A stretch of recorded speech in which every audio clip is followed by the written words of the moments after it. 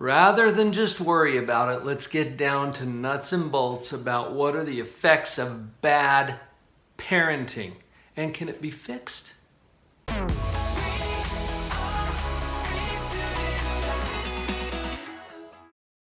As a psychologist, honestly, I have some opinions about this, and I have seen some of the effects of bad parenting. Having said that, before I get into the top 5, it's a relief to know that most of these things can be fixed, especially if we jump on it quickly and early. The first thing that came to my mind as one of the effects of bad parenting is the endangerment of children. I'm thinking about a video that we've probably all seen, Home Alone, where the parents somehow forgot and left their child home, starring Macaulay Culkin, who at first was a little tipped over but then started to enjoy himself. How dangerous is it to leave children unattended, especially younger children? Endangerment is one of the issues we need to look out for, and especially when it comes to abuse. There is no excuse for the abuse of children. And that's not what this particular video is about, but that's one of the major effects of bad parenting on our planet. Now, can it be fixed? Of course it can. As we pay attention to children's safety and our responsibility as adults to keep them safe and to do whatever we can to ensure that our children are not endangered. That may be one of the tenets of good parenting. And fortunately, for all of us who are imperfect parents, kids are very resilient. I remember when our kids were little and Vicky had a hard time attending our son's wrestling match, for example, or going to the park when they're grabbing onto those bunkie bars and swinging across because of the danger, the potential danger that's entailed in those activities. And yet kids are so resilient and they can bounce back from a lot of things. So that's the encouraging part of this story. The second major effect of bad parenting is that it teaches kids maladaptive behaviors. Kids learn primarily by example. And you've probably heard the saying that I can't hear what you're saying because what you're doing is shouting so loudly in my face.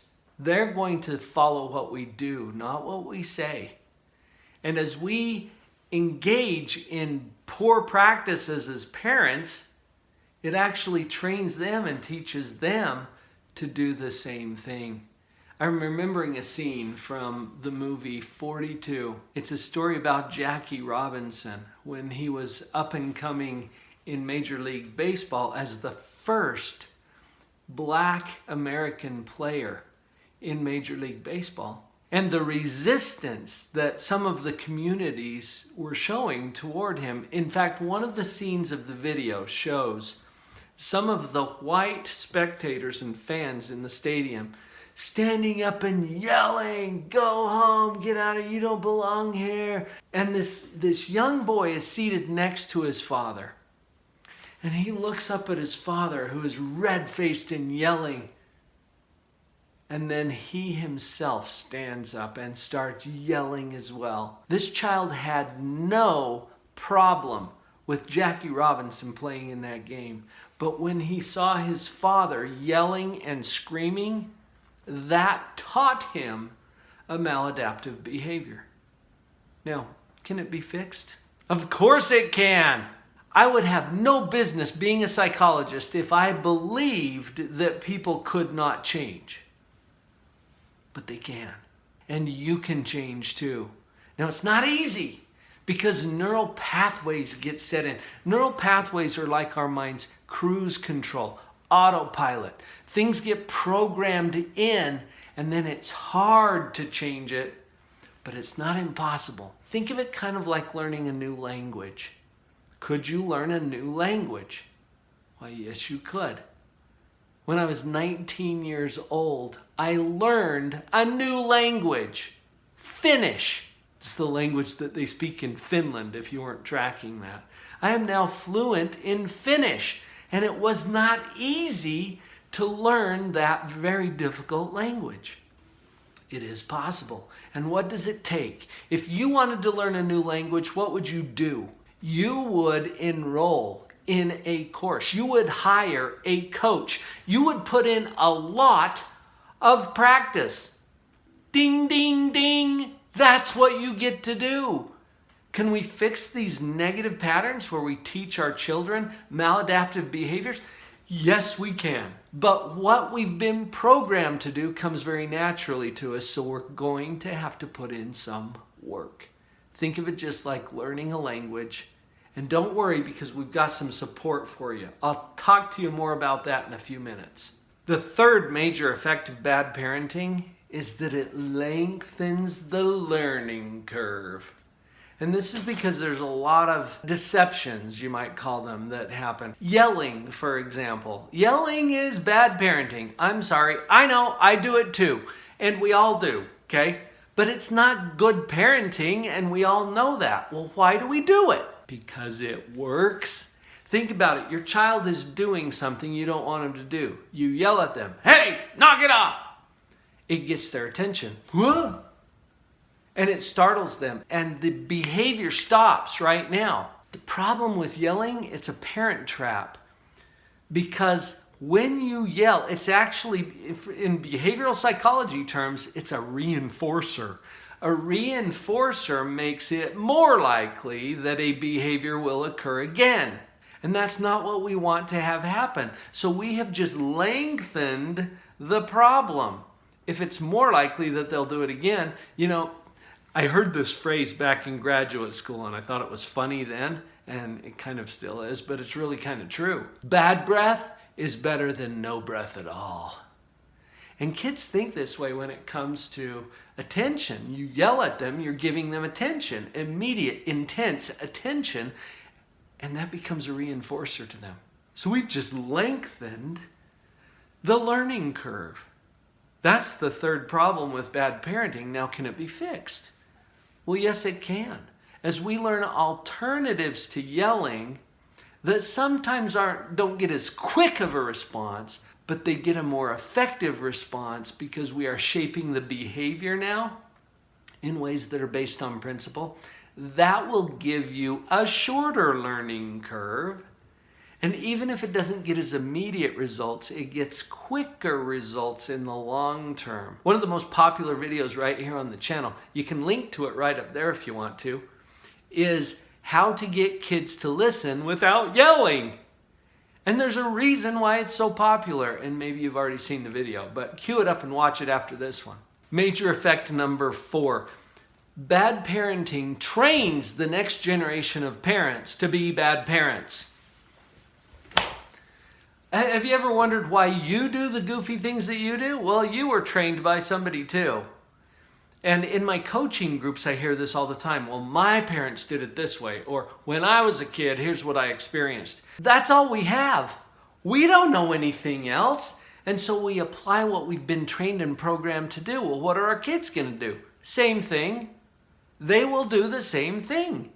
They're learning their parenting skills from their parents. And not to create any more pressure for you, can this be fixed? Yes, it can. I'm not going to share anything with you today that can't be fixed. So when we apply the proper principles, we can get different outcomes.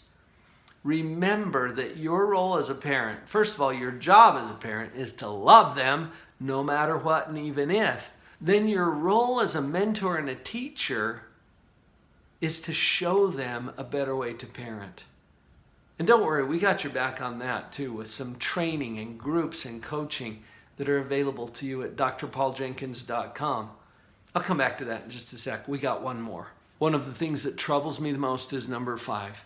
One of the effects of bad parenting is that it takes away the confidence of the parent. I mean, think about it. When you do things that you know are bad parenting, your confidence goes out the window. It's like, oh, I'm a bad parent. And then you start to go into even more maladaptive patterns. It's a natural response when we feel that way. So please listen carefully. Can it be fixed? Yes, of course it can. The first thing you need to know about this And listen up, because I'm talking to you. You are a benevolent, generous, loving parent. You might be thinking, well, Dr. Paul, you don't even know me. You don't know what I did. You don't know what I did. Yeah. I've been a psychologist for 30 years. You can't shock me. I've heard it. And yet I'm telling you, you are a benevolent, generous, loving parent. Wrap your head around that, because it's true. I know you make mistakes. We all do. Welcome to earth. But for you to see yourself as a benevolent, generous, loving parent that you are, gives you a better starting place to work on the improvements that you and I both know would be helpful. That's the starting point. I think when parents lose their confidence because they did something that's bad parenting, it gets in their head.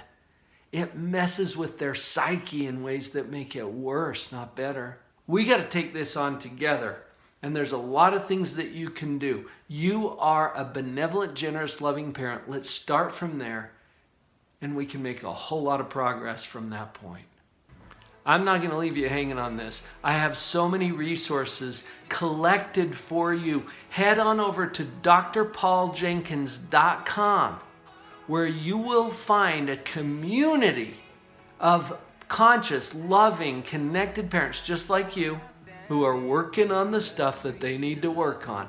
Let's join up on this together and do what we can to create a culture of positive parenting. We've got your back. And I wished I'd had a number so